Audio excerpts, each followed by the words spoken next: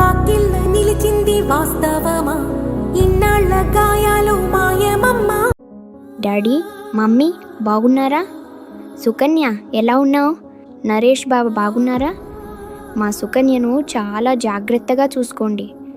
అన్నా బాగున్నావా? నీకు పెళ్ళయిందా? అనిత వదినను అడిగానని చెప్పు.